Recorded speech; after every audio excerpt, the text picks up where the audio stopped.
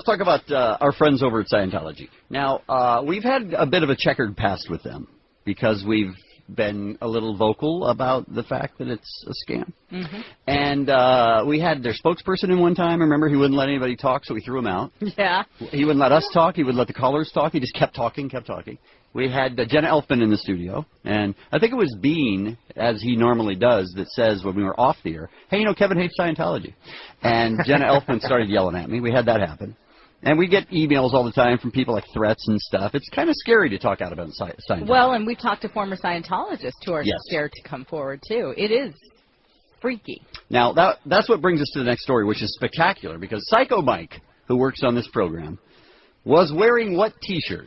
Scientology is gay. And it had a picture of who on the front? Tom Cruise. And then the back says, very gay. With a picture of John Travolta. There you go. Not only John Travolta, but John Travolta from Staying Alive with the gay headband. The headband, yeah. Sure. Now, we had our movie director friend on a few weeks ago, remember, wearing the same T-shirt, and he told us a story that got widely publicized because he ran into Jenna Elfman and her husband Bodie, and they started screaming just the most bizarre things at him. They were so upset with him that it almost turned into a fist fight.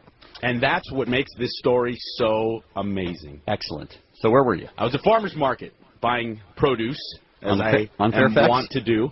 No, not the one here, not the newer one next to the Grove, the original one. I guess it's somewhere out like by Silver Lake. Okay. I don't know, the direction to it, but I'm out there buying produce and whatnot, and I have my Scientology is gay shirt on.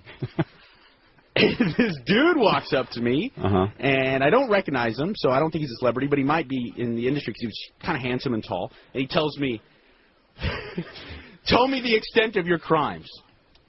And wait a minute. He didn't say hi. He didn't say, I'm offended by your shirt. He approaches me in like a very kind of confrontational way, and he says, tell me the extent of your crimes. Now, if you guys remember back, that's exactly what the director claimed that Jenna Elfman and her husband... They were yelling at him, what are your crimes? What are your crimes? What have you done? Yeah. You look like a child molester to me. And they started doing that. And then I did a little bit of research, and I went to xenutv.com, which is a guy who's, again, Scientology, XENUTV.com. And he brought a camera to a Scientology. They were having some kind of a street fair. And they started yelling at him the exact same thing. What are your crimes? They've obviously been trained, all of them. Have a pre-prepared kind of way of engaging people who are against Scientology. This guy said to the Xenu TV guy, you look like a child molester to me. Do you molest children? Just out of the blue. And where does that come from? How does that even make any sense, by the way? You can't say anything bad about Scientology because you're a child molester? That's basically what it's... completely arbitrary. And like Kevin said, the guy didn't come up with, hi, how are you doing? That shirt's a bit crass. Right. I mean, it was out of the blue. That shirt offends me. Arbitrary. So obviously, Scientologists have been trained that that's the response when they get made fun of. Yeah, and Mike was never convicted of those charges, by the way. You can call him that all day long, but they never got proof. Statute of limitations exhausted. Seriously, though, when they said that to you, not knowing, what did you run through a list of all your crimes in your head to see if that's what they were talking about? You know what? If we didn't have that director on, I might have. But I dropped the groceries I was holding, and I said, what? You gotta be kidding me. They really coach you on this stuff? What are your... Yeah. Good for you. What are your crimes? And he's like, tell me the extent of your crimes. You're a criminal. You know it. Tell me the extent of your crimes. Are you man enough to admit it? And so I'm calling him douche nozzle, and I'm screaming, I'm screaming at him now. Now I'm causing a scene. And you're loving it, by the way, because you're prepared for it because of the story that you already knew. You were ready for this guy. Yeah, and go F yourself. I'm telling him. I'm screaming at him, and I'm fully causing a scene. And this goes on and he keeps repeating it. And finally, I don't know where, because I'm dim, I admit it. Right. I come up with this response, and I said, you want to know my crimes? I said, about 60 years ago, I started a cult, and I take advantage of rich, vulnerable people, and they send me money, and I tell them about aliens.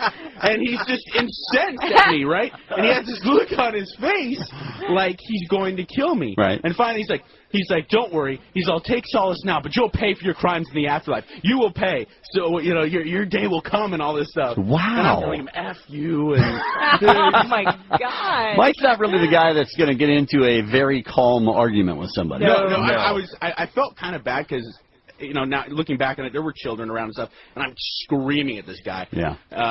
But I couldn't believe it. How long was the screaming? It seemed like a year, but it was probably, no doubt, a nonstop argument for a minute and a half, 2 minutes. Which, by the way, is a long time. In a public place like that, where there's people all around you. Did he ever change his tack? Did he ever get away from what are your crimes? No, it was, what are your crimes? Tell me the extent of your crimes. Are you man enough to admit your crimes? And then finally his capper was, well, don't worry, you'll pay for your crimes. You will. So your day will come eventually, whether it be now or in the afterlife. You will pay. I want one of those shirts. I think we all should. I think every K-Rock listener should. Well, except for the K-Rock. Everyone should wear those shirts. Here's the weird thing about Scientology. Bean and I both have met people who are in Scientology and are the best people you'll ever meet. Very nice. Yeah, positive, upbeat, happy people. Yeah. Obviously, they're in the lower rungs of Scientology, and there's a lot of self-help that's thrown into Scientology. So you can get a decent amount out of it if you just pay. You could also just buy a self-help book. It'd be the same thing. You don't have to give them $200,000 or whatever it is. But most of the people that are Scientologists that we've ever met are great, great people. But the people at the top are taking money from everyone. Until they get crazy. By the way, be careful what you say, because I'm getting a note here from producer Lightning that our friend Tom Cruise listening this morning on the phone with us right now. Every Scientologist is great, is what I meant to say. That's what I meant to say. Tom, you're on the Kevin and Bean Show. Thanks for calling.